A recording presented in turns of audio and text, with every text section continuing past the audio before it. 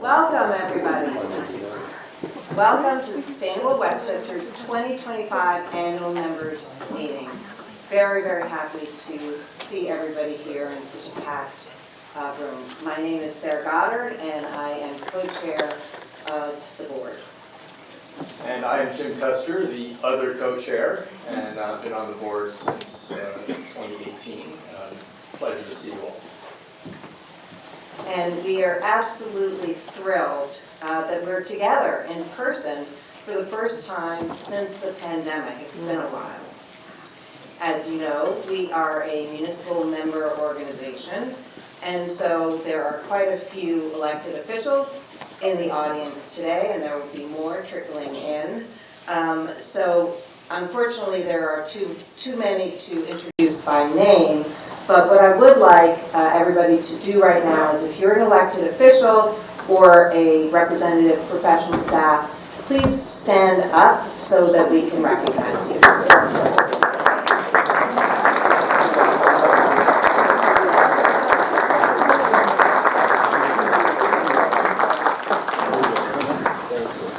And there will be several other leaders participating in the program who we will introduce later, but thank you to those who have agreed to come and join us on the stage later.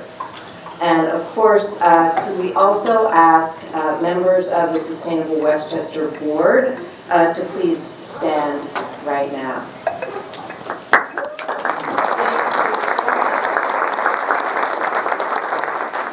For your leadership and your collaboration. And then finally, certainly last but not least, we want to extend a special thank you to RPW Group for hosting us today at this wonderful space at 800 Westchester Avenue, and also to recognize them for their impressive commitment to environmental action.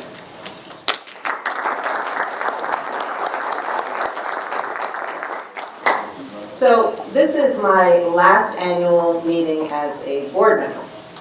But 11 years ago, I was part of a small group of Westchester residents who gathered at Greenberg Town Hall to kick off Sustainable Westchester's very first board meeting. And I see some of those original board members here today. At the time, we had one part-time staff who handled basic admin tasks, but we certainly didn't have a Sustainable Westchester office. In those early years, the board rolled up its sleeves and met frequently to manage the day-to-day operations of what was then a fledgling operation. Fast forward to today, and when I look around this room and recognize the many friends and colleagues in attendance, I am so incredibly proud of how far we've come. As the remaining holdout from that inaugural board, I've experienced the full arc of this organization with all its highs and its lows. I've seen our program offerings expand from a single initiative to the many you'll hear about today. I've watched board members depart and return, some stepping into entirely new roles at Sustainable Westchester.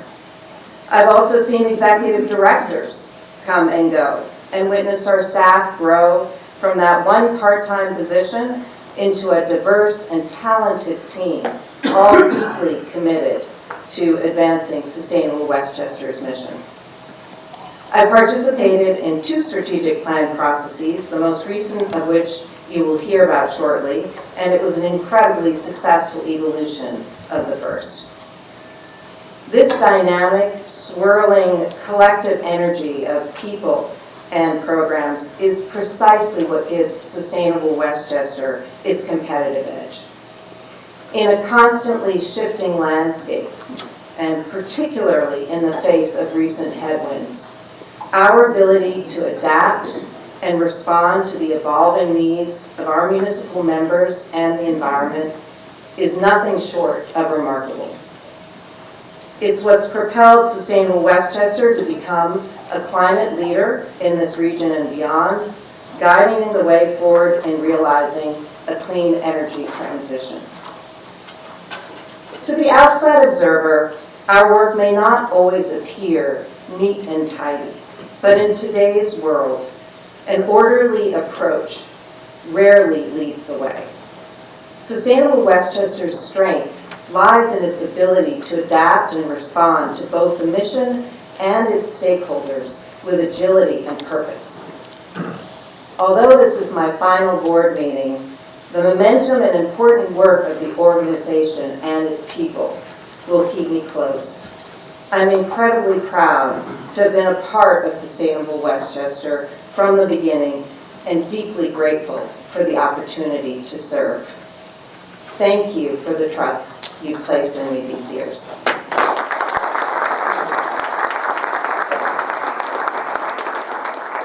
And now I would like to pass the podium on to my co-chair and also extend sincere thanks for his partnership and friendship during our time leading together.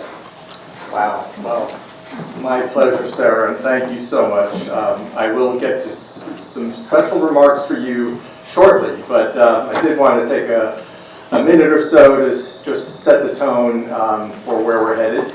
And as Sarah mentioned, the board, the management team, and the staff recently took on the ambitious task of re-examining and renewing our organization's strategic plan. And you will hear about that as we said. But before devoting considerable effort to the long-term planning process, we had to ask ourselves the same existential questions underlying the founding of Sustainable Westchester more than 10 years ago.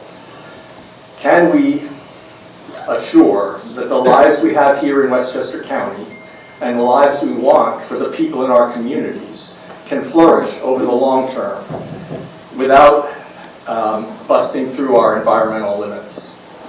Is there a way for us to continue to live lives energetically rich and materially prosperous the way we do now without irreparable damage to our ecosystems? Can we meet our environmental objectives while also improving lives in our region's disadvantaged communities by working together as members of a larger organization? Can we marry community prosperity with sustainability? Our answer today, despite some truly unforeseen new challenges, is a resounding yes. We are confident, just as we have been steadfast and committed over the last 10 years, helping Westchester exceed its climate goals, that we can achieve amazing progress during the next 10 years. We'll accomplish this, as we have in the past, through our cutting-edge subject matter expertise, proactive engagement, mobilizing all our stakeholders across the public, nonprofit, and private sectors. We're particularly grateful as we put our mission into action that Sustainable Westchester is under the strong, gifted leadership of Noam Bramson. And I want to congratulate Noam on a terrific first full year at the helm of this organization. Thank you, Noam.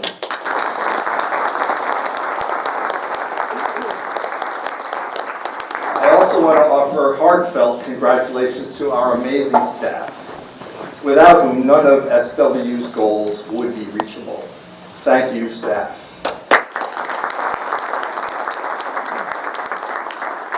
So before we get to the heart of the program, there are a few very brief business items to take care of. First, we need to establish the presence of a quorum, and I'm going to ask Carmen Pei, Senior Program Manager of our Solar Department. Carmen, do we have a quorum? Yes, we do. Great. Okay, so the next thing is 2 voting items. As a reminder, we ask that only chief electeds or their proxies participate in the voice voting. 3 board members have been serving on an interim basis pending confirmation by our full membership. They are Melissa Kaplan-Macy, Bill Sarator, and Tom Watson. Their bios were circulated previously. Is there a motion and a second to approve this slate of board members? So moved. Second. Thank you. Is there a voice vote here? I'm going to ask, is there approval of these 3 as the slate? Yes. Yes. Any opposed? The motion carries. Second, there are several returning board members that must be confirmed for additional 2-year terms. These are Bridget Gibbons, Ken Jenkins, Sara Kay, Jim Custer, Sean Patterson Howard, Dane Warren, and Vanilla Yathati. Is there a motion and a second to approve new terms for these returning members? I'll make the motion for the new terms. Motion made. Second? Second. Thank you. All in favor? Aye. Any opposed? I'm going to say nay just because this is our democracy. Oh, yeah. I'm going to say this, but we can't have. That's great. We'd love to have a mixed opinion. Okay, thank you for that. Motion carries. Finally, we want to acknowledge the fantastic contributions of board members who are concluding their service as of this meeting. They are Jason Baker, Mohit Chandri, Anil Acharyan, Sarah Goddard, Joan Grajois Thomas, and Sufern Pan.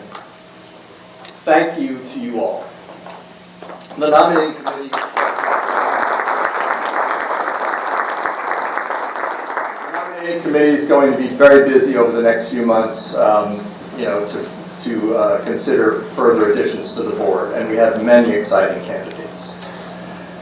We're always open to suggestions too, so please come to me if you have anyone you think would be worthy of consideration.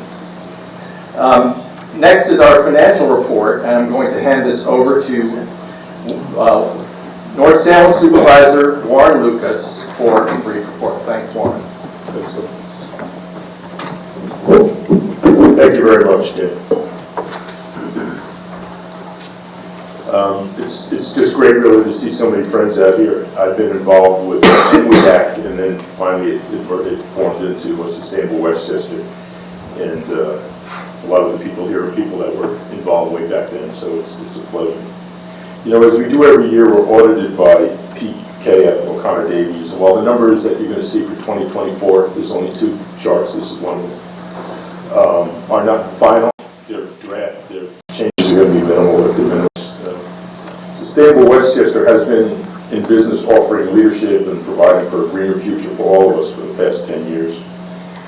After a couple of years of small losses, and we did have losses for a couple of years after COVID, I have to tell you that the finances stabilized in 2024, and we're looking forward to really a great 2025.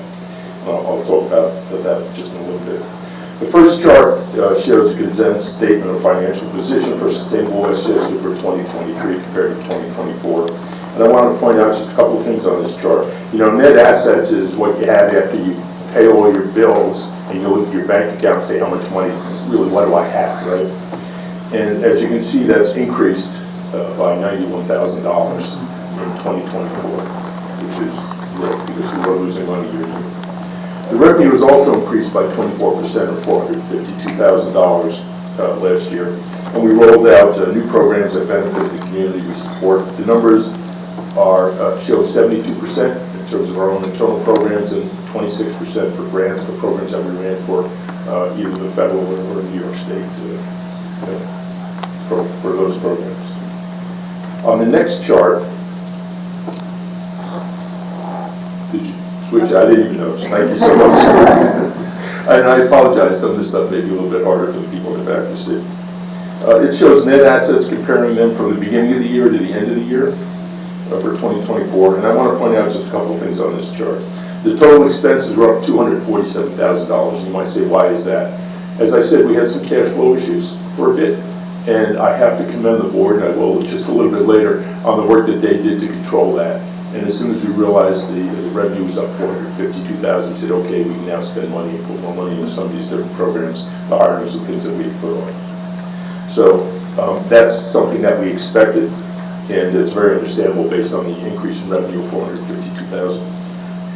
Just to give you an idea of the finances in previous years, the net assets, which compares from the beginning of 23-24, you'll see that there, if you read the chart, that it was negative $114,000. That was our change in net assets in 2023, and it's a positive of $91,000. That's a $205,000 shift to the positive.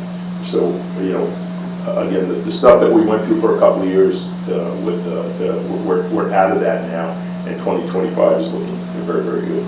Sustainable Westchester is a very dynamic organization. As I mentioned, you know, we pull back in certain areas based on the amount of cash that we have and the revenue that we have. And that really is a compliment to the executive director, all the employees, our accountant who did a phenomenal job tracking cash and stuff.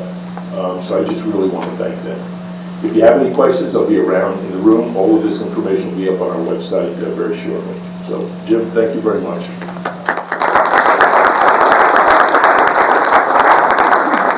Thank you, Warren. Warren has served as treasurer for the last few years, and we are so grateful for his astute observations and oversight. The Finance Committee is something that's a critical part of Sustainable Westchester, and financial stability is really what we have looked to achieve and is a very important part of our future.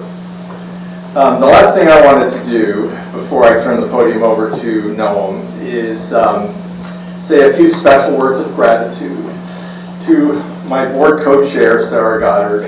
As you heard, she was a founding member of Sustainable Westchester. She joined the board at the start.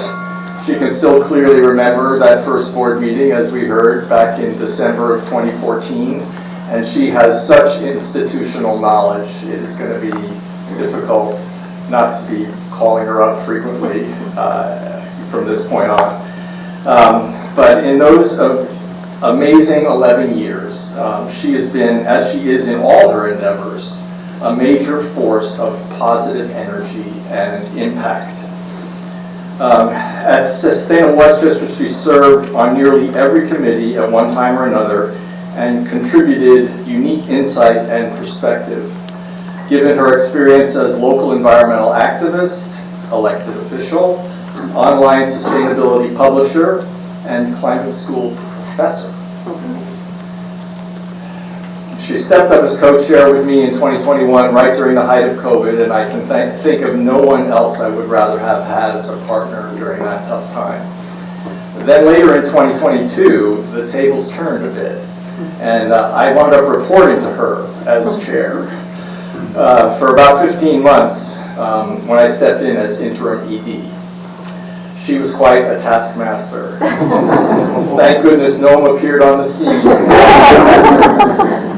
Noam and I, each separately and on a couple of occasions, had the intimidating task of serving as guest lecturers in Sara's master's degree class in sustainability management at Columbia. For us, there was nothing but downside, stepping into a classroom full of graduate-level students who already universally adored their primary instructor. She is a tough act to follow. So Sara, thank you for doing hero's work at Sustainable Westchester, the highest level of volunteer service. You have our heartfelt gratitude.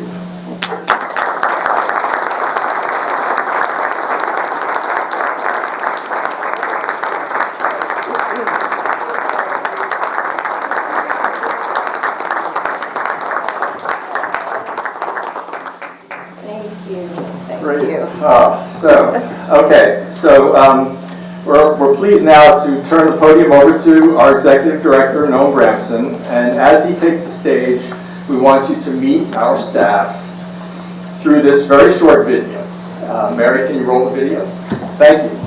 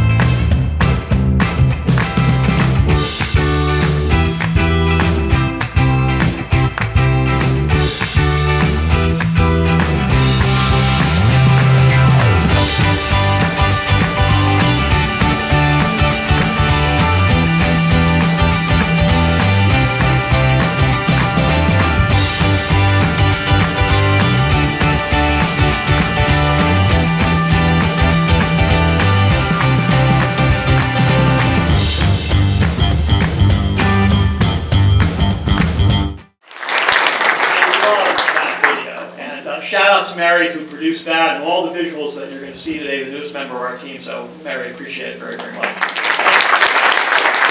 Even more than the video, I love the people in the video. And I will tell you, it is such a privilege to show up to work every day surrounded by colleagues whom I admire and who I learn from, and we're so committed to our shared mission of making this a better world. I know they were recognized before. Everyone on the staff, please stand. Please stand. Let's give them a round of applause.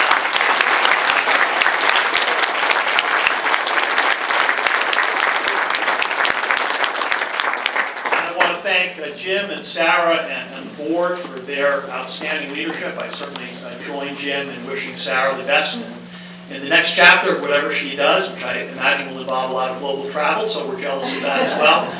And Jim, in addition to being our board co-chair, as you said, also our former interim executive director, so big shoes to fill. Thank you, Jim. And speaking of big shoes, Nina Orville, another former executive director, is with us. Where's Nina? Nina, thank you so much for being here.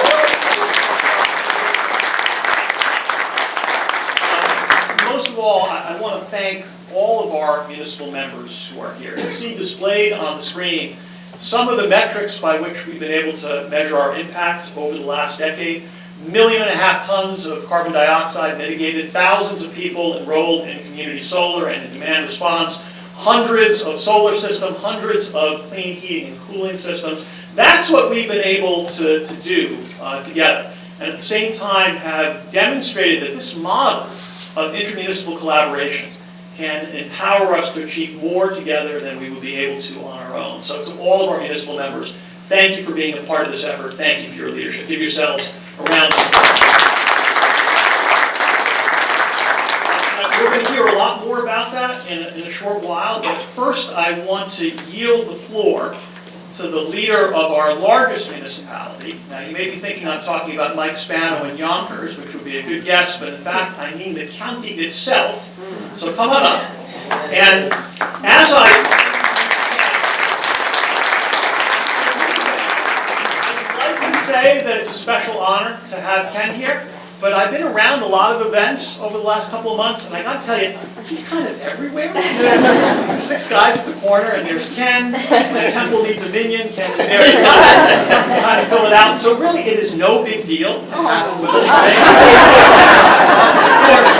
However, what is a big deal is that at this moment in our history, the county has a leader who is so deeply experienced, who is so firmly committed to public service, who has such clarity of vision of where we are and where we can go, and who just on a human level, on a personal level, is so kind and decent and warm. So it's my privilege to introduce not just a county executive, but also a Sustainable Westchester board member, Ken Jenkins.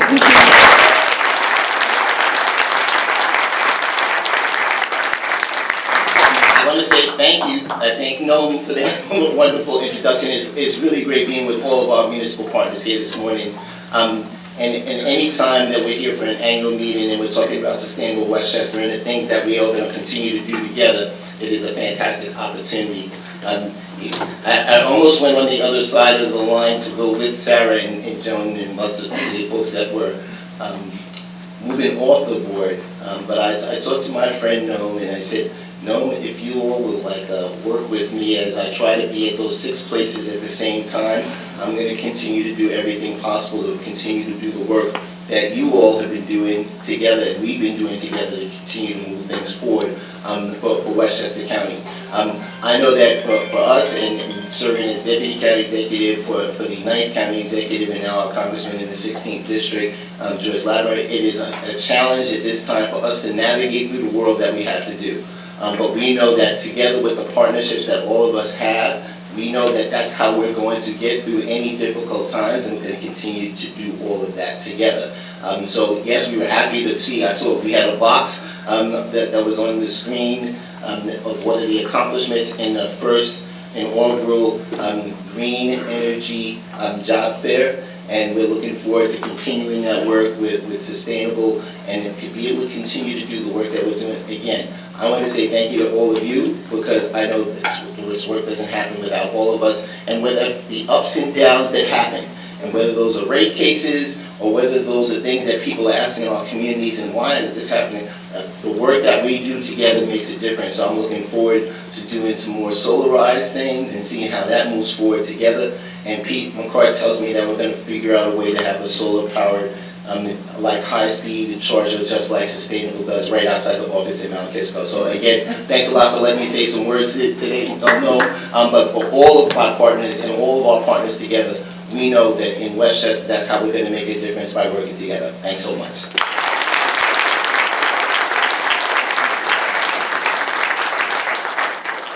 Thank you so much, Ken. Really appreciate your kind words and your presence and your leadership and your partnership. Glad to have you on the board. So many of you have probably been to these events before or observed them online. We're going to try to do things a little bit differently this year. Make things a little bit more interactive. So Mary, you can advance the slide, please. So some of you are familiar with this, some of you may be new to it, but I want you all to take out your phones. And as you're holding that in your hand, bear in mind that that is a battery energy storage system, so allow that to demystify the technology. And you can scan the QR code. If that doesn't work, then you can log on to that site and enter the code. If you're having difficulty, just ask the person next to you. And if that doesn't work, raise your hand and our staff will come around and assist you. It should say you're all set right now. People all ready? Okay. So in a moment, you're going to see a question pop up. Not yet, but I want you all to recognize we're not going to know your individual responses. The program is going to aggregate and average your responses. So we're going to be able to take the temperature of the group as a whole, and your responses will be displayed in real time on the screen. So we can go to our first question. And this is really a little bit of a report card for everyone. How confident are you that each of the following is doing its part to address climate change effectively? And you can see we want you to rank each of these entities on a 1 to 5 scale, 1 meaning not confident at all, 5 being very confident, and after you've rated everything, be sure to submit. Hit the submit button at the very bottom. And these numbers will change as everyone submits their responses.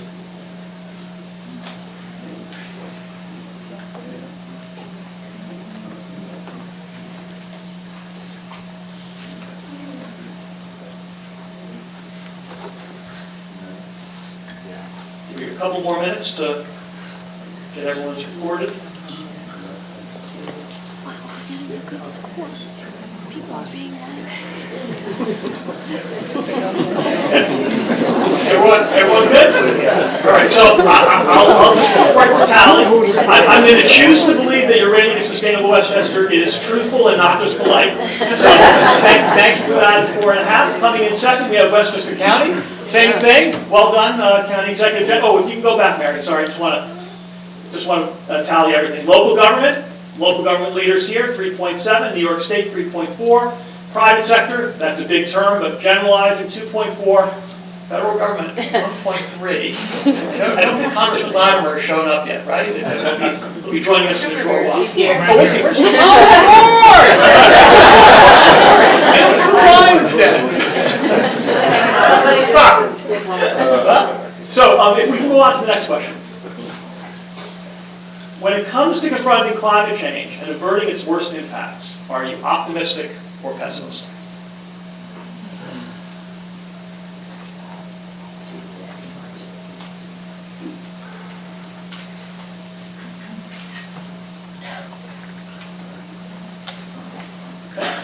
Stabilize pretty quickly.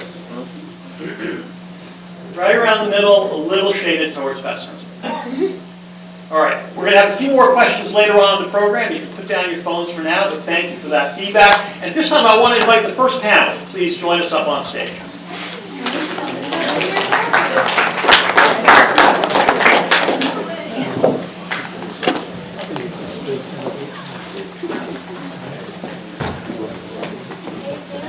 Anyone to take the mic? Yeah, you'll have to shake your mic.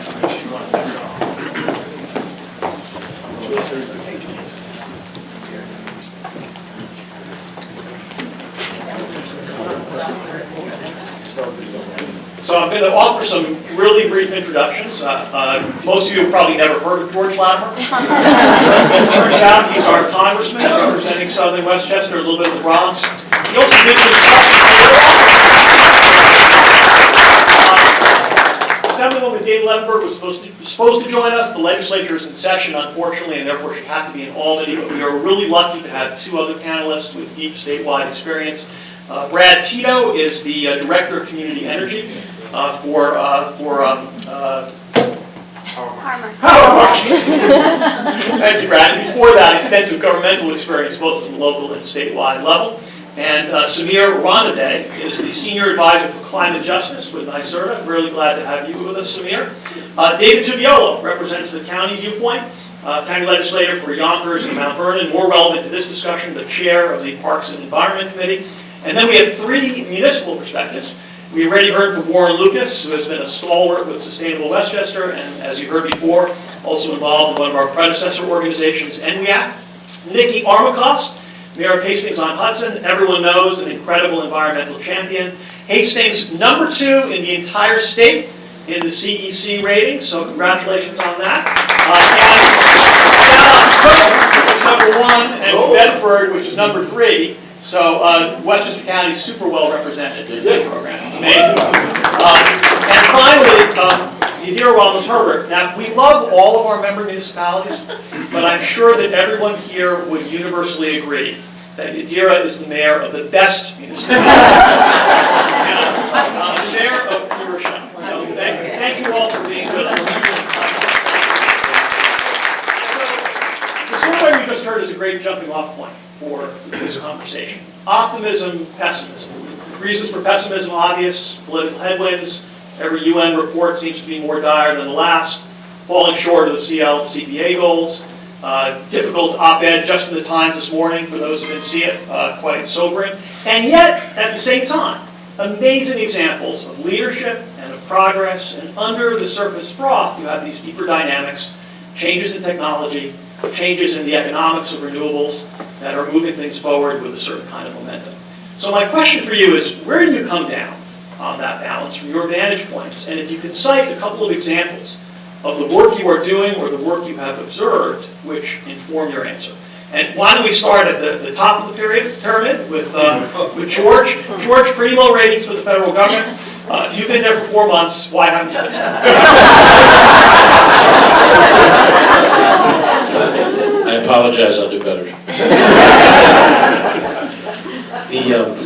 The pessimism is obvious, I'll address it in a second, but the optimism I get is when I'm in a room like this. When I see Tom Roach sitting there from White Plains, I know what he's doing at the Gedney Park facility to compost. Or Tony Gonzalez or Alan Calvez, I know this group, I know everybody in this room just about. And the energy that's going to take us to the future is coming from the bottom up. It's not coming from the top down. I've spent most of my public career in the bottom up. What Ken and the county government is doing, we built a long list of things. Last night he gave an excellent State of the County message and touched on these environmental priorities. We have a long way to go. And there's only so much that a town, city, village, or a county, or even a state can do. But I'm encouraged that those levels of government are making every effort. The pessimism comes from the fact that in the national government right now, we're having a debate over whether or not climate change is real. And if you're debating it, then you're certainly not ready to take action steps to fix it. And of course, the federal government is the dominant collector of resources, the dominant regulator of behavior. When you make the determination that you're going to reduce regulation on pollution, when you make the decision that you're not going to spend money to help incentivize and implement the coming technologies that we know are happening, then that is the source of pessimism. I go back to optimism by believing, as I do, that people will drive the train ultimately. And when people clearly understand where the innovation is coming from and where the recalcitrance is coming from, that they will take the action that they can to redirect that policy. But we don't have a lot of time, and I do think that it now becomes not just my responsibility in the seat that I now hold, but everybody's responsibility to speak up on these issues. And I understand that there's certain of you, because you at Grand County and Stu Raven are village managers, they can't speak up on political ways, but they can speak up to the practical implications in their communities of what happens if you have policy A versus policy B. And if there's a room like this in every other county in the state of New York and every other state of the nation, then I'll end up optimistic. Thank you, George. And for your current private sector perch at Power Market and your past government experience, where do you come down? So collectively, over the last 10 years, and Sustainable Westchester has been key to this, there's been the development of a lot of market-based solutions. So let's not confuse it. These are market-based solutions. I'm talking about community solar, grid rewards, community choice aggregation, decarbonization retrofits, this whole broad range of distributed energy resources. Tremendous amount of private sector investment, job creation, project developers putting in millions of dollars to build projects, all kinds of businesses servicing that industry, and they work within a state policy framework where there's regulations that set the rules and incentives, and then coupled with local governments. I mean, we've been talking about this for a long time, the important role of local governments in the clean energy transition. I'd say today it's never been more important that we continue with our action plans and continue that. But I will also extend to say that local governments really need help and assistance in reaching particularly those most in need in our communities. And that's why my pitch today is sort of like, well, let's look at nonprofit partners that are on the front lines, almost working on a case management basis. For Power Market, we work in Buffalo with the Salvation Army and Catholic Charities, Resource Council of Western New York, at food pantries, helping low-income families access these benefits directly. Local governments are great. We did a campaign with the town of Clay in central New York. We got 1,000 households to sign up to community solar in just the span of a couple of weeks. They're connected to 17,000 solar panels located right there in the town of Clay. It's this perfect ecosystem. You know, they've got the town hall powered by solar and charging stations. All of this is happening, but they're not as good, local governments, at getting in front of low income. And so I just make the pitch that we should reach out to nonprofits on the front lines and try to build more partnerships, not just because it's the right thing to do and it aligns with our values, but because we need to build a coalition, because our social safety net is being dismantled, our environment is under attack, and unless we build a broad coalition, that's the only way we're going to get strong and resilient in the face of these blows that are in this period of uncertainty that we're dealing with today. Brad, thank you very much. And Samir, climate justice certainly at the center of a lot of cross pressures these days. What are your thoughts? First off, thank you for having me. It's an honor to be here. Happy Earth Week, everyone. I'll just say, like, climate change, you know, it's ultimately a social problem. And when you're looking at this from the justice angle, you're doing it because you want to tangibly improve people's lives. And so the great thing about New York State, we have the Climate Leadership and Community Protection Act. We have justice-oriented goals, priority investments focused on, you know, engaging communities, making programs informed by communities so we can overcome the barriers. And so, you know, the clean energy deployment, the thing that makes me optimistic, despite, you know, all of the challenges, is that because of the justice provisions in our state, you know, the clean energy we deploy is really going to be focused on saving and improving lives. And as we can continue to do that, I think it creates a positive feedback loop, and it generates more support for more clean energy, which then, you know, will yield more benefits. So I think, you know, like the fact that we're all gathered here is a reason to be optimistic. And just one quick initiative I want to point out is the Energy Equity Collaborative that NYSERDA has. This is really cutting edge. It's a steering committee of 13 community-based organizations, and we have 8 state agencies that are on it, and this is just like a space for community members to collaborate with state agency staff, and it's an informal decision-making body, but it also has 4 working groups: workforce and economic development, housing and buildings, energy transition, improving engagement and access to clean energy.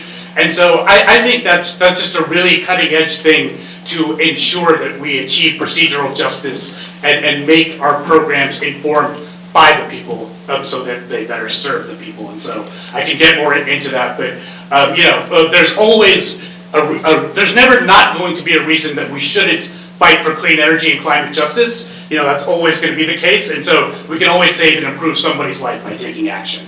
Mr. Mayor, thank you very much. We'll submit our application to join tomorrow. David, what's the view from the county? Sure, thank you, Bill.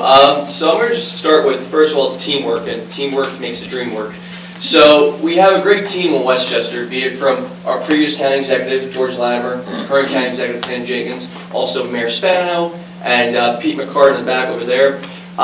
We just recently, I think, have now electric charging stations at every county facility.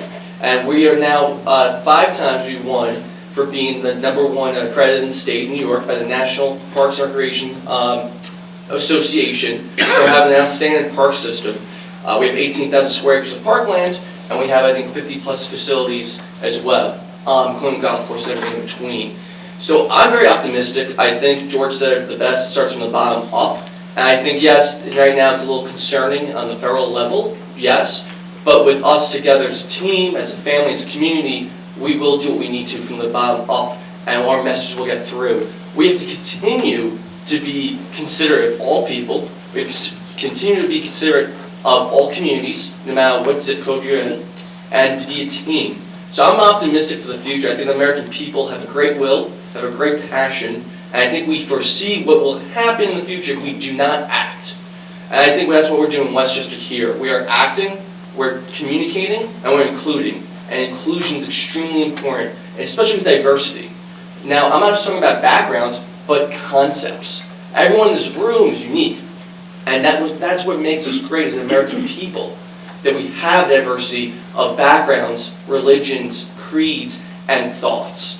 And that's what makes our democracy great. And that's why I believe I'm very optimistic for the future. And I think this is very important to come and meet and network and help each other and continue to fight. And George, I'm proud of you to continue to fight in Washington. And I know it's tough, but as a team, we'll get through it, and we'll be past this dark period in just a matter of time.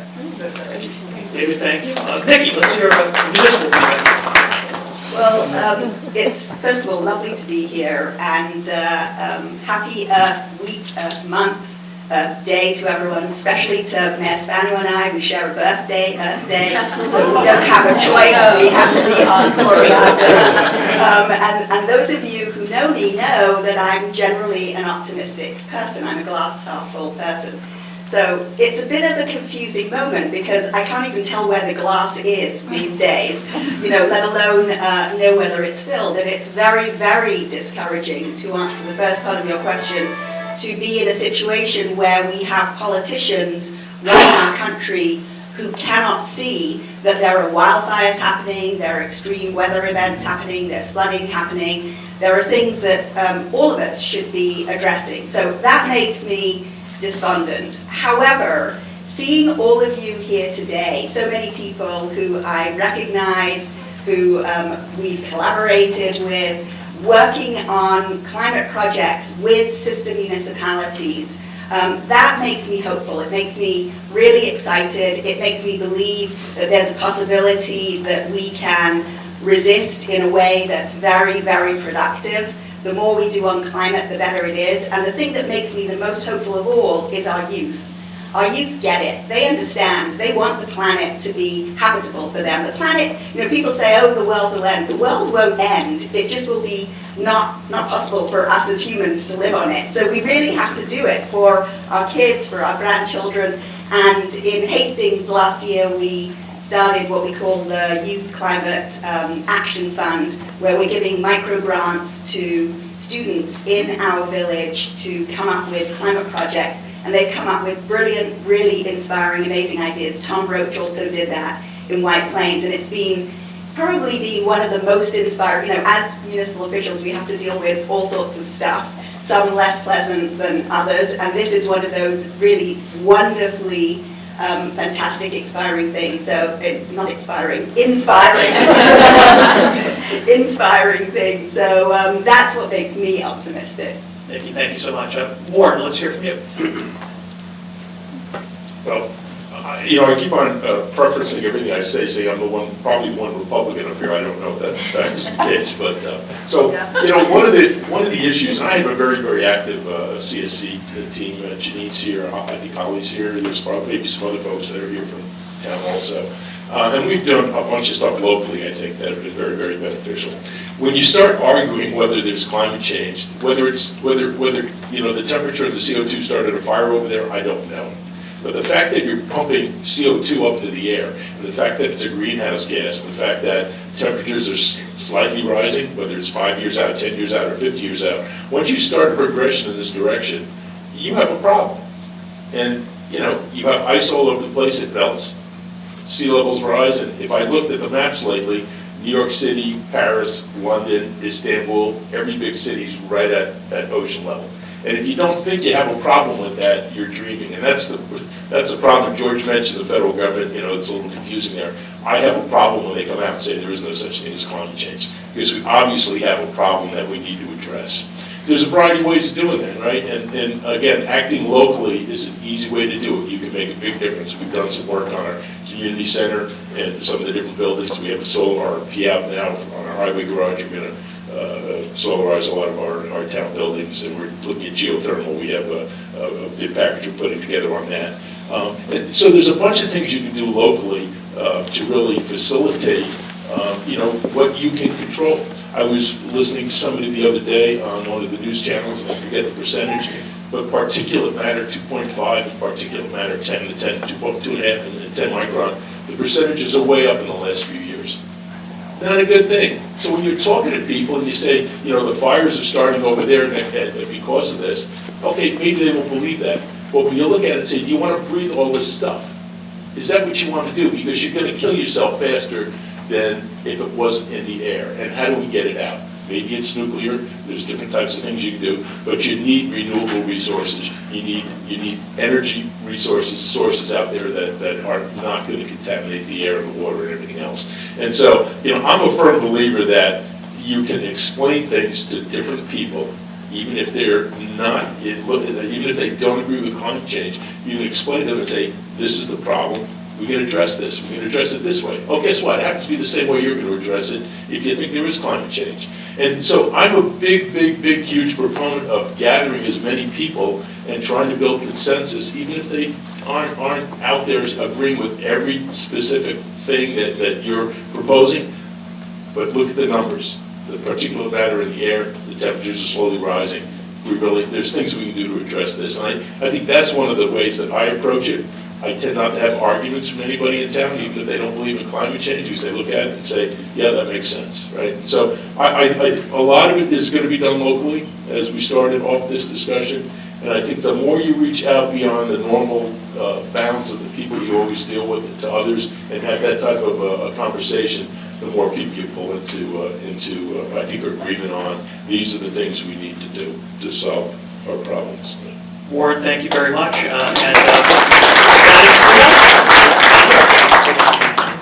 Thank you. I would say I'm optimistic because we don't have a choice to be anything other. And I would frame it as, as a mayor, as a city council person, and I just want to acknowledge my colleague Sara Kay here. I don't remember, Sara, if it was after Ida, we decided to walk around the neighborhoods and see whoever had the most trash out, just check in on how the flooding impacted their home.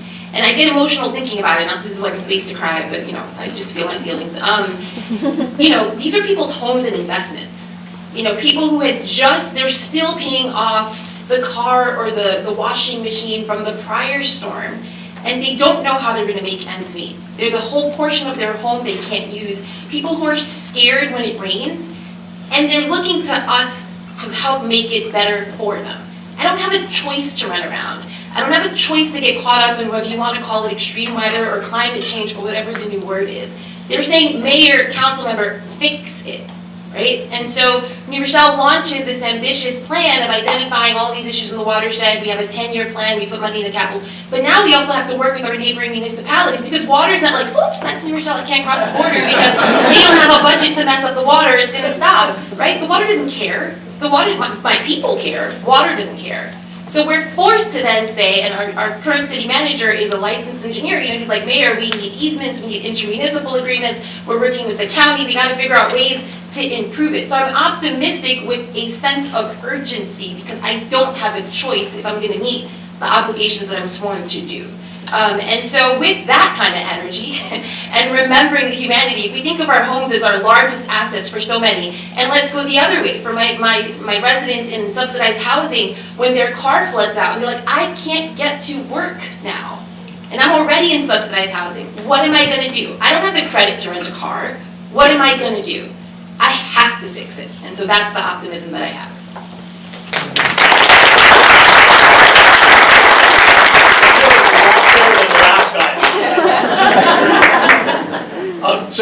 I'm going to ask a second question, but respectfully, try to keep it as quick as you can so we can get on track, because we started just a little bit late. And thinking about past collaboration, potential future collaboration, what are your thoughts about how an intermunicipal consortium like Sustainable Westchester can best support your work?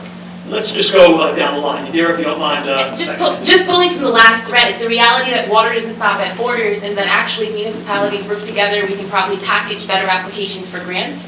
So thinking about ways to help support that, because different municipalities have different capacities for grant and kind of executing and following. So if this is the hub of the municipalities, how can you help us thread those needles so that, again, we can make the repairs together and in tandem and help all of our residents in a more collective fashion? George? I think it's a two-step process. The ability of representatives in this room, we meet through WMOA and some other entities, to have an environment-targeted conversation, a couple of hours in duration, where each community talks about their unique initiatives and hears of each other's unique initiatives. And then there's a follow-up session in which you start to try to find those combination ways. Everybody may know that Scarsdale has the most extensive municipal recycling program, the things that they recycle at their center. If that's something that you can do in Rye Brook, then Jason hears that, knows that, brings it back to Rye Brook. Something that's happening in a city the size of Yonkers, much more complicated for Mike to implement than it would be for Teresa to implement if Buchanan. But you talk through those things. The county certainly can provide the role of convener of those things. And then I think you'll see where we have a good idea here and a good idea, it becomes more universal that those ideas are all in effect. Keep doing what you've been doing, and let's make even stronger connections with the frontline nonprofit sector. Sustainable Westchester is the perfect conduit for the local government sector to connect there, and I know that they've been doing it, so let's continue to do it. Biggest thing is communications, the first step of many for a path of 10,000 steps. So I'll begin real quick. We have great communication with constituents, and with that information, we do surveys and studies, and we do a lot of capital projects to alleviate and mitigate flooding, which ties into, of course, climate change. And we do in the Westchester watershed, major drainage basin, the Bronx River major drainage basin, it's 48 square miles, and we do what we can with teamwork from, like I said, the county executive, the mayors, of course, and everyone else. But the biggest thing is communication in this, and after this panel, please come and speak to me. I'm happy to have a conversation with each and every one of you. Thank you.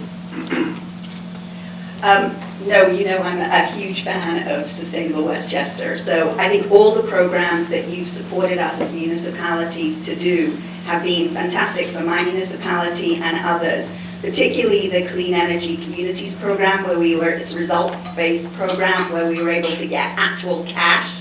You know, you're able to persuade the doubters when you show them the money, so to speak. Which reminds me, by the way, not to be competitive, Croton, but we are the highest ranked climate smart community. Absolutely true. We are the second to Croton on clean energy community. So it's always great to have someone to compete with and to move the dial on. But all of those programs were fantastic, and that support made a huge difference to all of us, and it enabled us to work collaboratively. So the river towns worked on grid rewards. We had a fantastic competition between the municipalities. We worked on Solarize with Nina back 1,000 years ago when we were all young, and Nikki Connington to Solarize municipalities in Hastings and Dobbs Ferry. Those kinds of programs I think are really helpful. We can support one another, and we can achieve we can amplify our impact by working together, and I think WMOA has also done an excellent job. And Ken, please bring the electric charging stations tomorrow to all of us. We're all super excited. It's on David now. Okay. thank you for mentioning clean energy communities. I wanted to note that we have that amazing program. It's closed right now, but it will open back up. And so please get on the listserv. Yeah, that's great. And so we should touch base later about how we can all work together, but yeah, please come and talk to me. I would love to hear, because since you all have your ear to the ground, I'd love to know what you are hearing. Please think about within your jurisdictions, the P through 12, the electric school bus programs that we have, and you know, whether you could get more uptake in those. Keep doing the amazing work that you're doing with the clean energy hubs. And Mayor, I'm really glad you mentioned flooding. The Department of Homes and Community Renewals has a great program to help upgrade homes for clean energy and floods. So, you know, we should promote stuff like that. Thank you.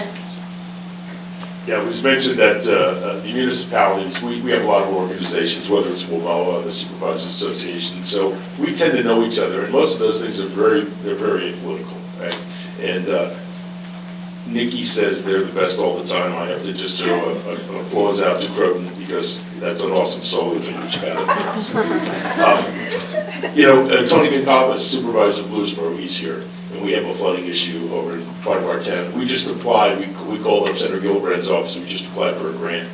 And they said, both of you put in the exact same grant for the exact same amount. Now, if we're really lucky, we'll get it twice, but that's probably not going to be. So, you know, talk to your municipalities, talk to your municipal leaders. If you're a municipal leader, reach out to people over, because exactly as you stated, the water doesn't care. It comes down the hill. It's all from Lewisboro, but it comes down the hill. It's our town, and we can't deal with it, and Tony can't deal with it, so we're kind of working together on this, which is great. We've got both engineering firms, both towns working on it. But that's what it is. It's going to come down to collaboration. Again, most things are done locally. It's nice to get grants, though.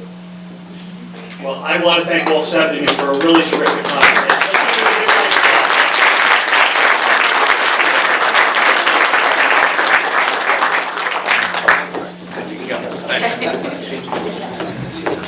So we're going to go back to audience. We're going to go back to a couple of questions from the audience. So if you're not still logged in, then please once again scan the QR code or enter the URL. Give you a couple moments to do that. And so the next 2 questions will be a little bit more tightly focused on sustainable Westchester. So Mary, we can go to the first question. First, we're interested in understanding barriers that may prevent us from working with you more closely. So what, if any, prevent you from engaging more fully with sustainable Westchester? We have 3 choices here. Time, maybe too many other competing priorities. Information, lack of awareness about programs and services. Or interest, maybe limited relevance to you or to your community. And if you could rate them 1 to 5, from not a barrier to a significant barrier.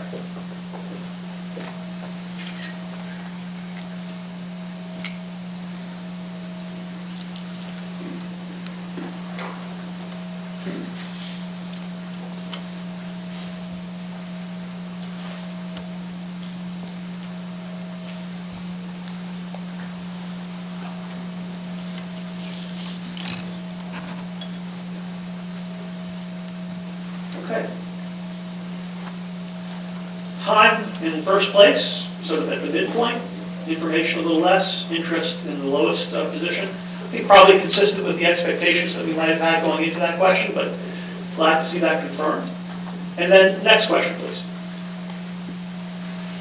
How should Sustainable Westchester prioritize its activities and programming during the next few years? And this is really the mechanism by which we measure what's going to be important to us, as opposed to specific programs. And so we're giving you 4 choices here. One is climate impact. It's focusing on actions with the largest potential for decarbonization and clean energy generation. Municipal support, empowering municipal leaders and staff with additional support and guidance. Public information is about raising community awareness about services and program opportunities. And finally, environmental justice, deepening collaboration with and service delivery to disadvantaged communities and LMI residents.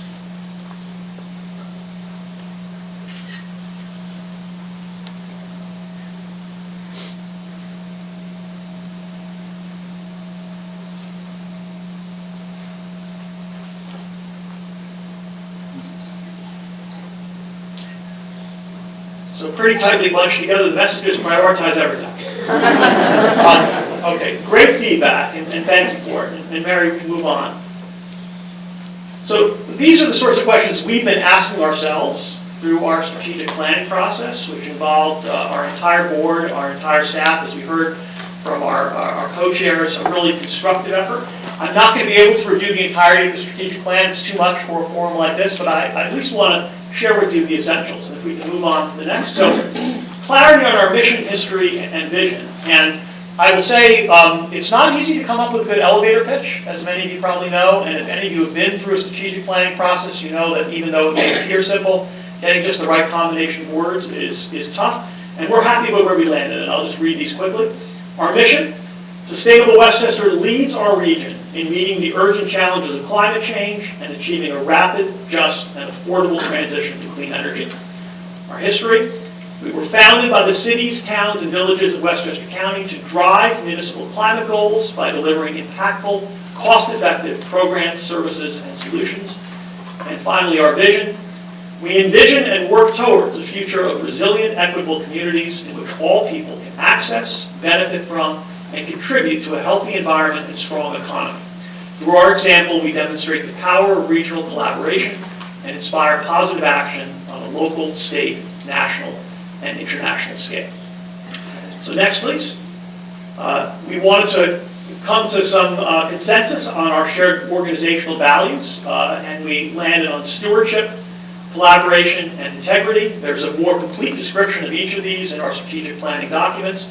And finally, next, our strategic priorities for the next few years: focusing on climate, leading the region, building trust, celebrating progress, and ensuring organizational resilience. And here, too, the full document has a much more complete description of each of these, and our staff right now is in the process of developing specific goals and KPIs that will inform our workflow for the next few years. But we wanted to share with you how we're looking at the challenges ahead and how we're going to frame our work. And all of that is a great introduction to our next panel. And I'm going to invite the panelists to please come on up. Oh. Move away two of these chairs.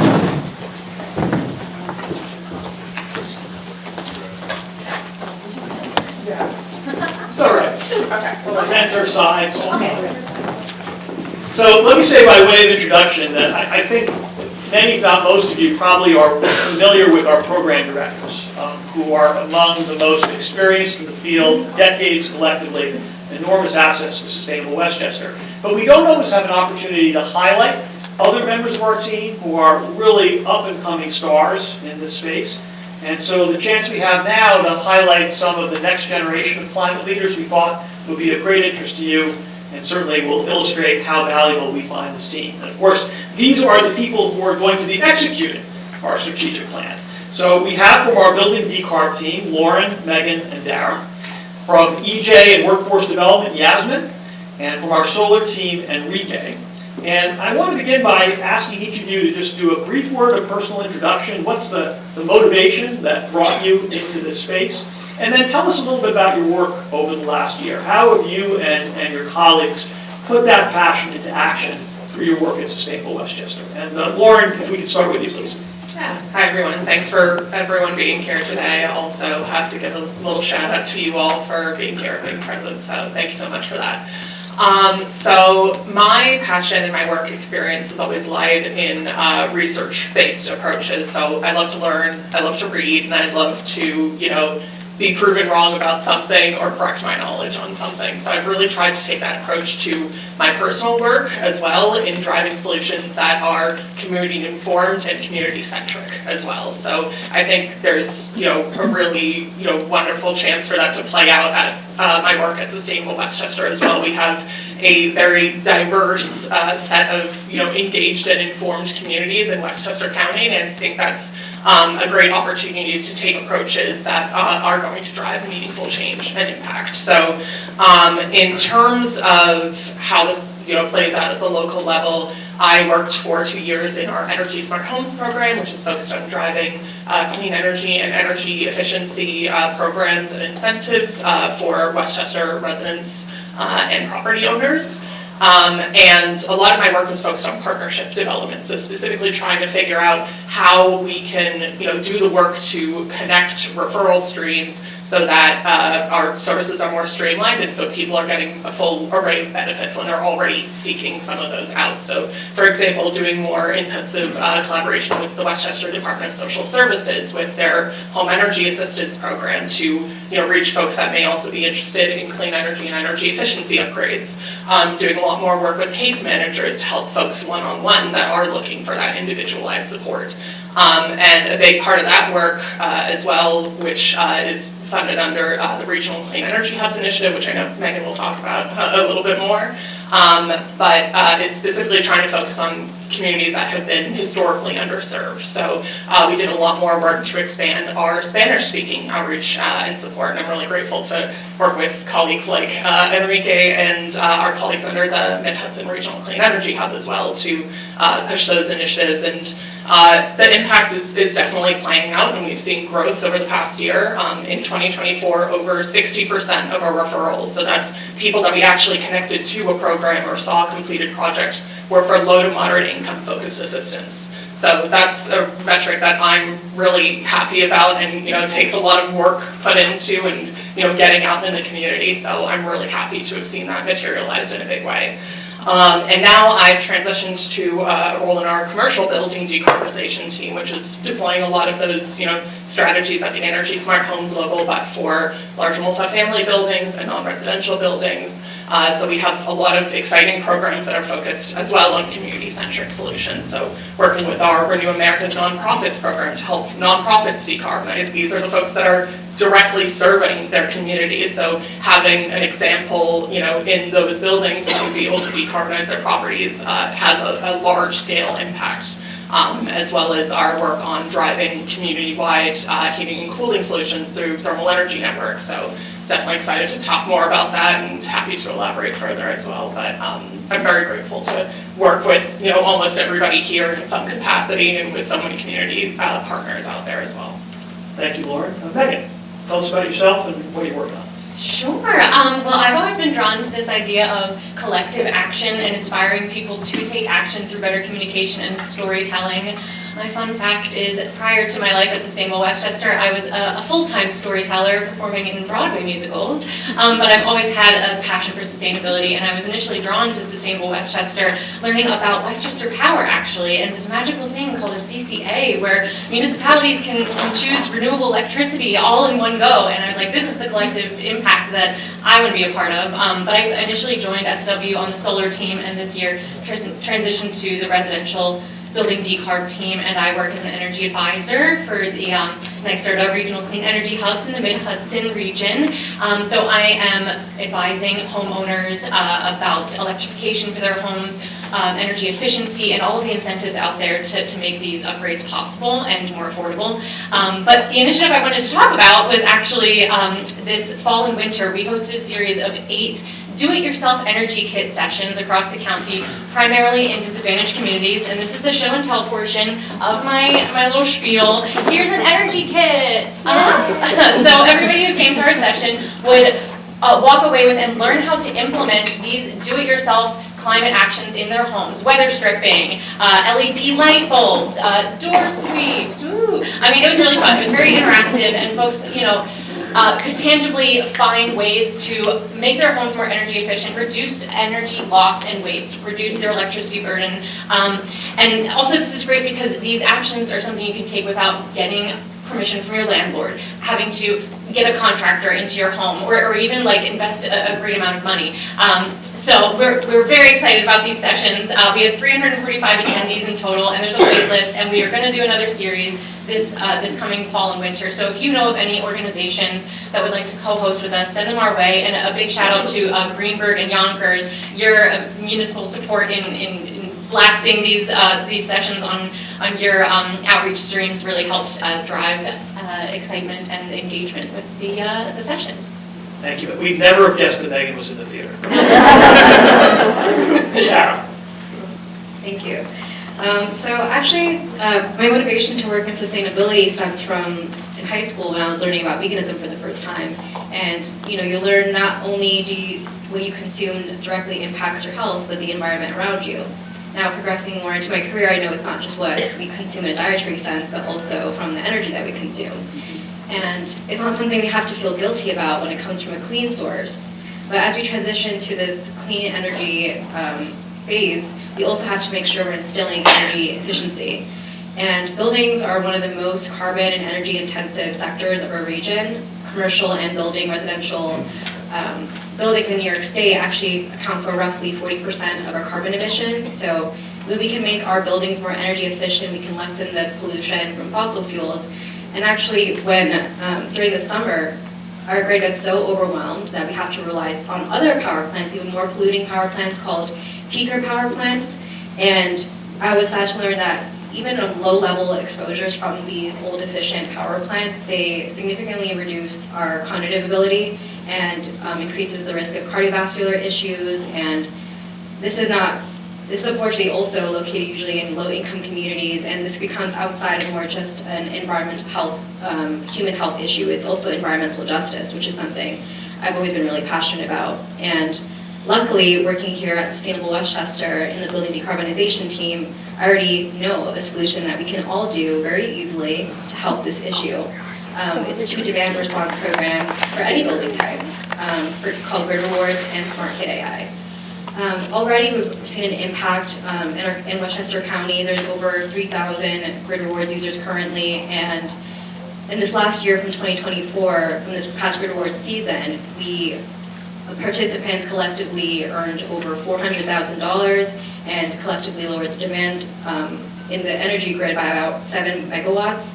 And this is just great news, and I'm just hoping that we can continue this journey, and I'm just glad that by working here, I can effectively hit all the sectors where I feel I'm most passionate about.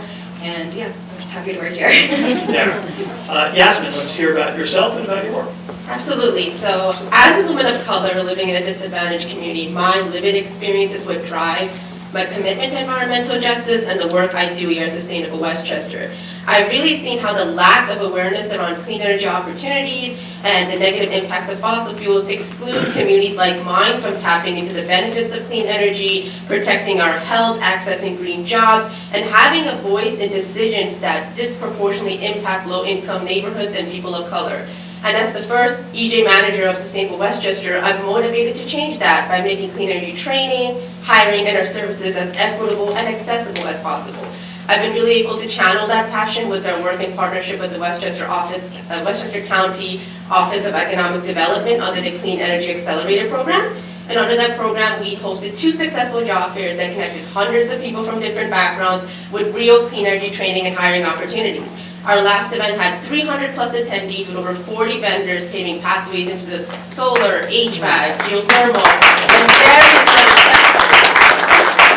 very exciting work. And also was able to lead and support our Clean Energy Working Group, which is a stakeholder group of trainers, hires, union members, educators, and other community groups that come together to access workforce gaps, share valuable data, and come up with collaborative solutions on how to bring more opportunities into the region. And I know Bridget Gibbons couldn't unfortunately join us today, but I want to recognize that without her support and leadership, none of this would be possible. So thank you so much to her and the county for enabling so much of this great work. And the last point I want to make is that when I was out in the communities presenting about, growing clean energy opportunities and things, I shared information about our programs like Grid Rewards and mirroring what Sara just mentioned a few minutes ago, specifically emphasizing the relationship between peaker plants and upper respiratory illnesses. And people were surprised that programs exist to simply pay you to protect your planet and protect public health. So with Westchester County being the 2nd largest concentration of disadvantaged communities outside of New York City, I want to ensure that these members are well aware and informed about programs that directly benefit them and make sure they feel empowered to build a healthy and resilient future for many generations to come. Tell us about yourself and about the work of the solar department. Tough group to follow up. So what motivates me is honestly to make sustainability more accessible, especially for people in the Spanish-speaking and immigrant communities that make up around 20% of our county. So that's a pretty big group of people. And it's pretty meaningful for me because I am a Spanish-speaking immigrant. So I'm fully aware of the barriers and that are created by language and access, and I want to help break those down. So with that in mind, during my first year at Sustainable Westchester, the first project that I worked on was actually a community solar initiative that was focused on serving low to moderate income households. And this was sort of that first step towards working towards that mission that I mentioned before. And community solar is great, right? Because it's sort of the simplest way that people could get involved in climate action without that financial barrier. They simply enroll their utility account to an off-site solar project and reap the benefit of savings. But how do we get the word out?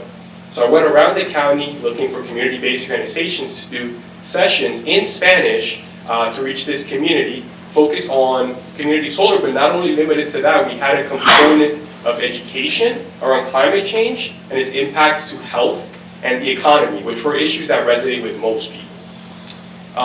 So following the success of those sessions, we did our first Old Spanish Energy Savings Workshop in partnership with the village and town of Ossining and NeighborsLink, a great community-based organization, to present about this programming. Lauren actually on this panel co-hosted with me. She was wearing her hat as an energy advisor, and she was presenting about all the great programs that they offer through their department. But that day was a really impactful day for me because it was powerful. We were able to connect with the Spanish community members that attended that day. But we were also able to share necessary real money-saving programs. And I'm glad to say that thanks to programs like this, we've been able to enroll over 3,000 people in community solar to date. And that's real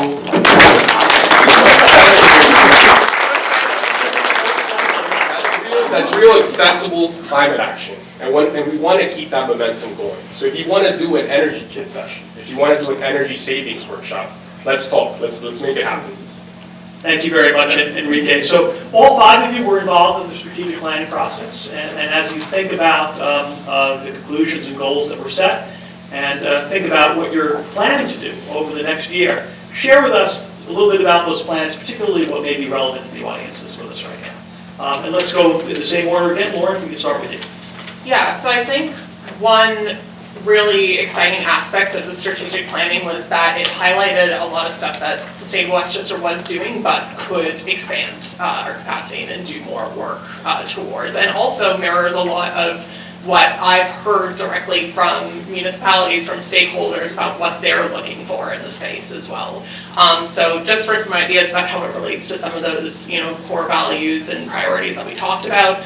In terms of leading the region, we want to do a lot more in terms of making sure that the municipalities and property owners feel, more supported through their decarbonization projects. So whether that's doing more comprehensive energy analyses of their buildings to understand, what is the emissions profile, what is the energy use intensity of the building, what are the strategies that you can implement to, make meaningful changes in that direction. We are also really focused, and I was glad to hear about it, touched on in the first panel about, not being duplicative in our work, but actually convening with one another, sharing resources and lessons learned, which is exactly what we're doing with our Municipal Thermal Energy Network Accelerator program. So we're convening the municipalities in Westchester County to learn about thermal energy networks, which are a shared community-wide heating and cooling option that also integrates thermal energy resources that can help make the system more efficient.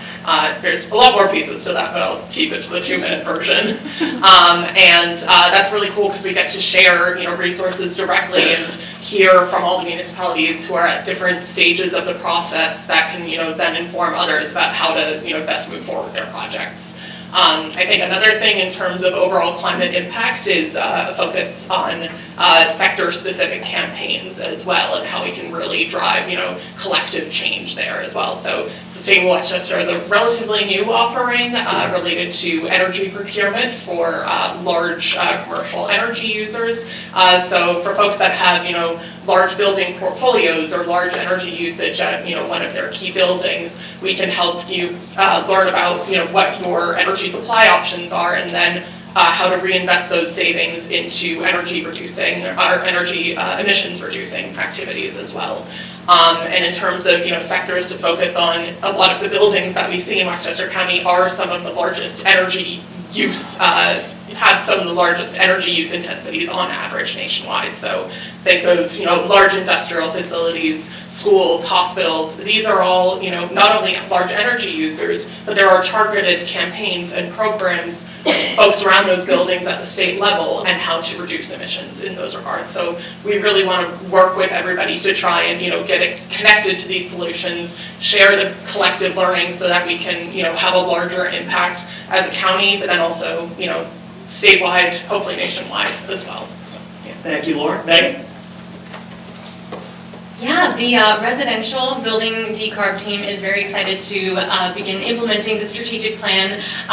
Much thanks to my incredible colleagues, Lauren Royce and Lauren Kroll. Because of these women, the Energy Smart Homes department is a go-to trusted resource in Westchester County. People are coming to us when they're about to make the perhaps biggest financial investment they're going to make that year, if not for the next few years, which is to insulate their home or upgrade their whole heating and cooling system. And they trust us to guide us through that process and also refer them to quality contractors. So with that in mind, we're really excited. We're going to be issuing a request for proposals to expand our installer partner list. And we see this as an opportunity to uplift local businesses, get their names out there, connect them with jobs, but also to create a diversified funding stream for Sustainable Westchester. This is going to be a success fee model partnership, which is very critical for ensuring additional organizational resilience for SW. So if you know of any installers who are working in the electrification space in your municipality, please send them our way. We would love to connect.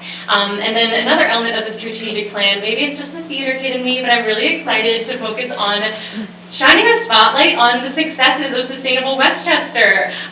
So, every day we're talking to residents, hearing words of gratitude. Thank you so much for guiding me through the Empower Plus program. I had no idea I could get a full installation job at no cost to me due to this program. Or, thank you for helping my mother with her emergency boiler replacement, or connecting me with various incentives and programs I didn't know existed. So we're having these conversations on the phones, over email, every single day, but I'm excited for us to really make a point going forward this year to highlight these stories and make sure they're shared.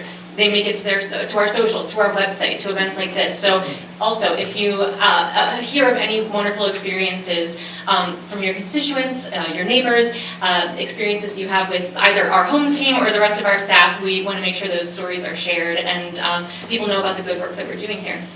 Thank you, Megan. Dara? So working in the building decarbonization team on the commercial side, I'm really looking forward to ensuring grid resiliency and decarbonizing all building types. And I'm glad that Sustainable Westchester is not only leading the region in Westchester County, but we actually get to do it all over New York State now, thankfully because of the Department of Energy's grant called Renew America's Nonprofits. Sustainable Westchester was the only nonprofit in the Northeast region to be entrusted of this grant of $5.6 million to distribute amongst 25 to 32 nonprofits to decarbonize their buildings, and it's really exciting. And applications close next week, so everyone that's sitting here in municipalities that know of nonprofits that can decarbonize their buildings, let them know they have exactly 1 week.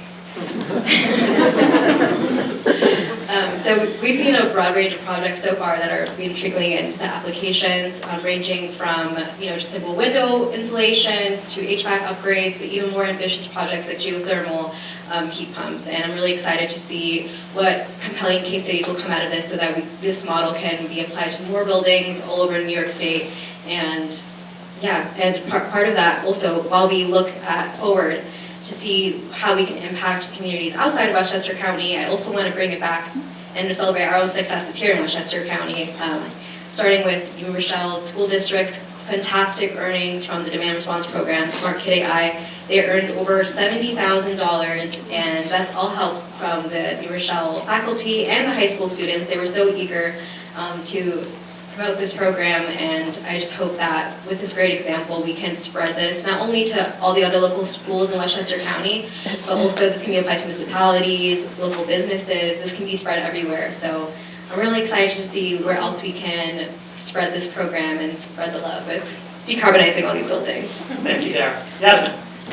Thank you. So despite the challenges at the federal level, I'm proud to run a sustainable Westchester that remains committed to serving disadvantaged community members. Because Westchester County is made up of people from all different walks of life, and in order to reach a true sustainable future, we need everyone at the table. Because that is the right thing to do, and that's the necessary thing to do. And our strategic plan ensures that no community is left behind, and that equity and access is at the heart of everything that we do.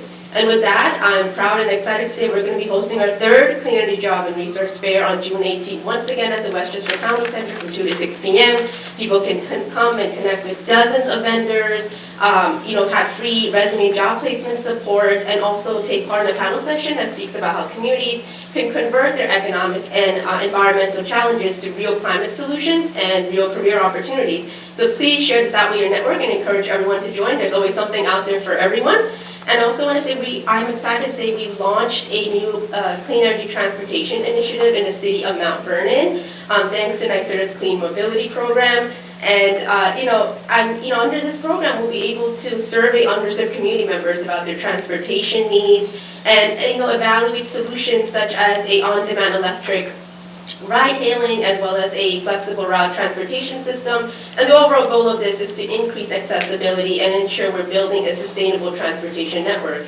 And this is a great illustration on how Sustainable Westchester partners with municipalities to bring direct solutions to residents. And that really mirrors what Lauren Crow mentioned a few minutes ago on how she's partnering with municipalities to bring real education and resources on how to establish thermal energy networks in the region. So local leaders, if there's anything we can do for you to help support you and your community, let us know, because we're here to work together. Because whether it's a demand response program or a clean energy service or workforce development, we want you and your community to lead the way. Thank you, Yasmin. Enrique, some exciting plans in the solar department, so bring us home. Yep. So following our strategic planning, what I'm personally most excited about is our renewed focus on climate and carbon reduction. So just last year, Westchester County installed 2,000 solar systems. Pretty impressive. But if you want to stay on track with New York State CLCPA goals, we need to up that by 50%, meaning 3,000 solar systems. It's a lot of solar. But in order for us to reach that goal, Sustainable Westchester is excited to bring back a residential solarized program. And we've made it very simple to get started for interested parties. So essentially, you would fill out our form on our residential solarized page, and then you would receive some feedback from our team with a free, no-cost solar assessment.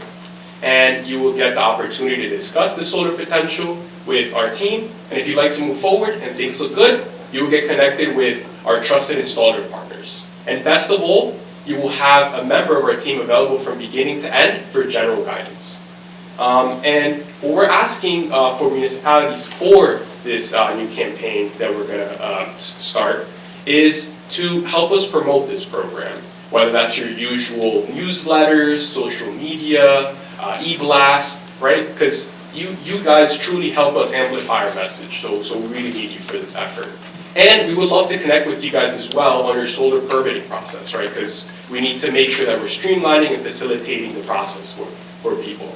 And when we're on the topic of solar, we're actually helping municipalities with their own solar projects as well. Warren mentioned that we're helping them out with their DPW site, and we'd love to do it with more municipalities. So if you're considering a project, please reach out. We'd love to. Phenomenal job, by the way. You heard it from him. Thank you very much, Enrique. I think we have time for at least one audience question. Is there? Sara Kay. So group awards just seems like such a win-win phenomenal program. What can we do to get more people enrolled? Gary, you want to field that? Could you repeat the question? The question was, Career Rewards seems like a no-brainer program. 3,000 enrollees is great, but there are 300,000 households in the county. How can we get more people enrolled in the program? Have I got it right? I think we can start right here in this room. Can everyone raise their hand? Everyone. Because everyone pays an energy bill, somewhat, right? So you can lower your hand if you are in the NYSEG territory. You can lower your hand. And then if you already have Grid Rewards downloaded, you can also lower your hand. So everyone else that has a hand. Wow! Here you go. We're getting the QR code right now. thought there might be a few more raised hands, and we're going to have a lot of fun internally on part of our staff when we debrief on this. Thank you, Darren. Yeah, no problem. And you can use your referral code to spread the word to get $10. And in case you didn't guess that was a planted question. Sara, thank you for conspiring with us to shame certain members of the audience. We appreciate it. And I think you may have time for just one more question. If there's any other question? Yes. More just to highlight, do you want to mention the referral part as to the program? So I understand that people who are already a part of the program can refer a neighbor or someone within the confines of the program to get a rebate or reward. Is that still the case? Is that still true? Yeah, it's still true. As long as you go into your app and you look at your referral code, you can share it, and each share gets $10 for you and the person new. And actually, they're also doing a sweepstakes this month where they'll also enroll you automatically if you refer a friend to get 2 months free of electricity. So. Wait, what? Yes. Wait, what? Yes. So yeah, for your friends, and then you'll get automatically enrolled into the sweepstakes, and you can get 2 months free of electricity. So that was a spontaneous question, not a planned question. But still really helpful because all of you can be incredible ambassadors for the program. One of the problems we encounter is that people hear about it and think it's too good to be true and it must be a scam. And so having someone who's trusted be a validator for a program like this can often break down that barrier. So can you see why we were excited to shine a spotlight on these 5 members of our staff?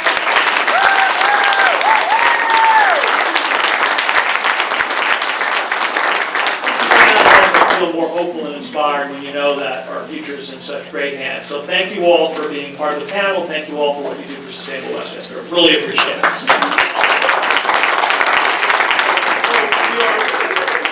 We are in the home stretch, rounding third base. We are going to ask you once again to respond to a couple of questions. So I'll give you a moment to scan the QR code or to log on to that. And now, before we get to the question, let me preface it by saying, in a short while, we're going to be asking you about some of our current programs. What we want to gather in this next question is your interest in potential expansions or new programs. We really want to sort of gauge what is in fact a priority for the stakeholders and constituents we work with so that can help us guide our efforts going forward. So Mary, if you can turn to the question. So what level of interest would you have in these potential new or expanded initiatives? And what we have here is best guidance. This is greater support to municipal leaders seeking the right form of regulation for battery energy storage. Top of mind, I know, for a lot of municipal leaders. School engagement. Should we do more to deepen our engagement with school districts? Supercharging community solar. This would involve New York State approval of opt-out CDG. It's an easier way of signing people up. Zero emission events. So in theory, we could get a mobile battery storage unit powered up through solar energy and make it available to municipalities to rent for events in place of diesel generators.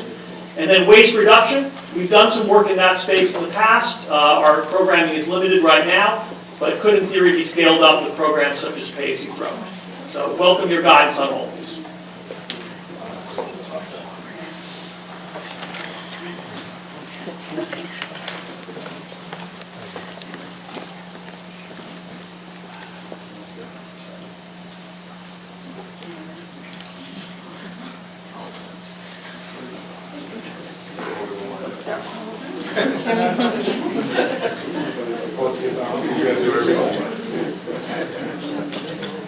It's waste reduction by a nose. Yeah. Okay. Thank you. Of course, we're going to be harvesting all this information and debriefing as a team afterwards. And our last Menti question before we move on to a different ultimate survey, which I'll explain. Did the conversation today make you more optimistic or more pessimistic about our efforts here in Westchester to confront climate change?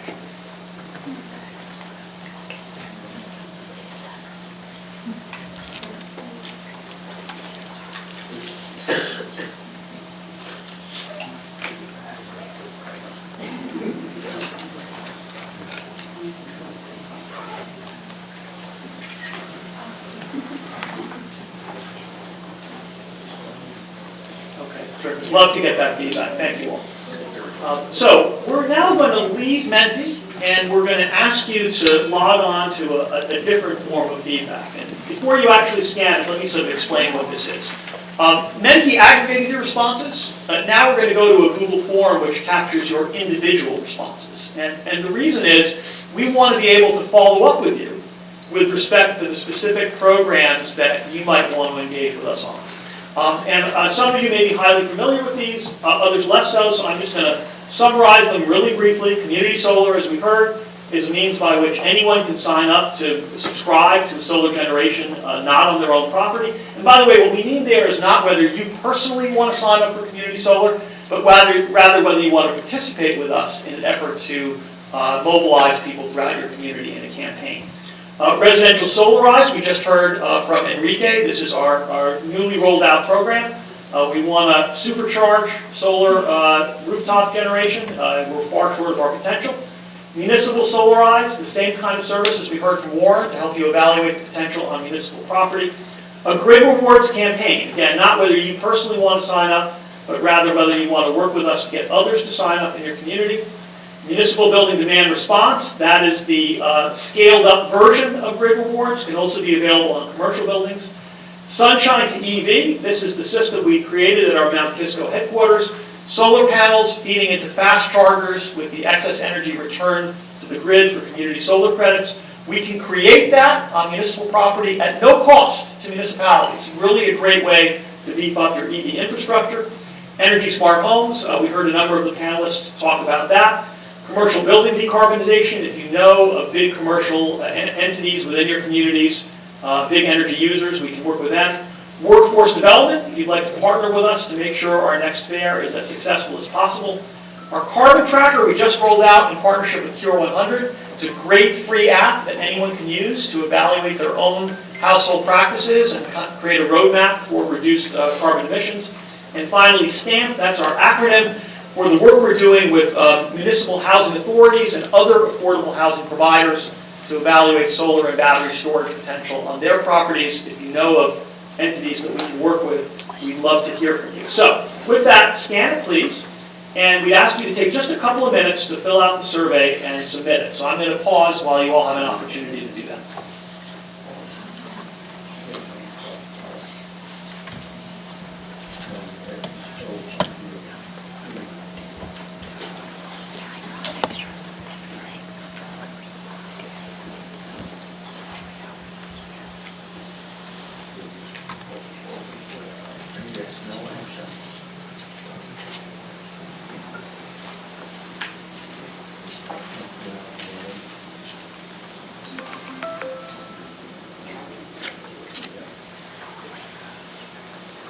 By the way, I'm sure you've noticed we're also asking for your feedback on this session and your thoughts about sustainable Westchester generally. So we welcome that so we can get your sense of how we can do an even better job.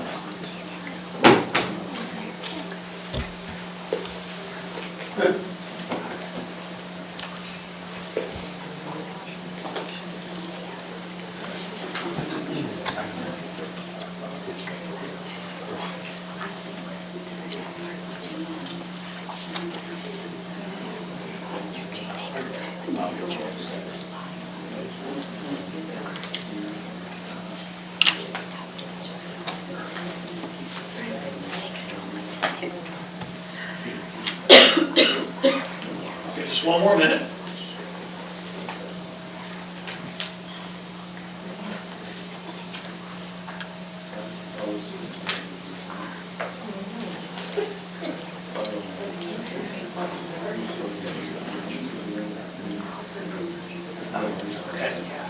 So if you haven't yet completed the survey, you have as much time as you want. I'd ask you to please remain in your chairs until you've had a chance to submit it. But once you are done, you are invited to join us outside for networking, to speak to our program directors and the team.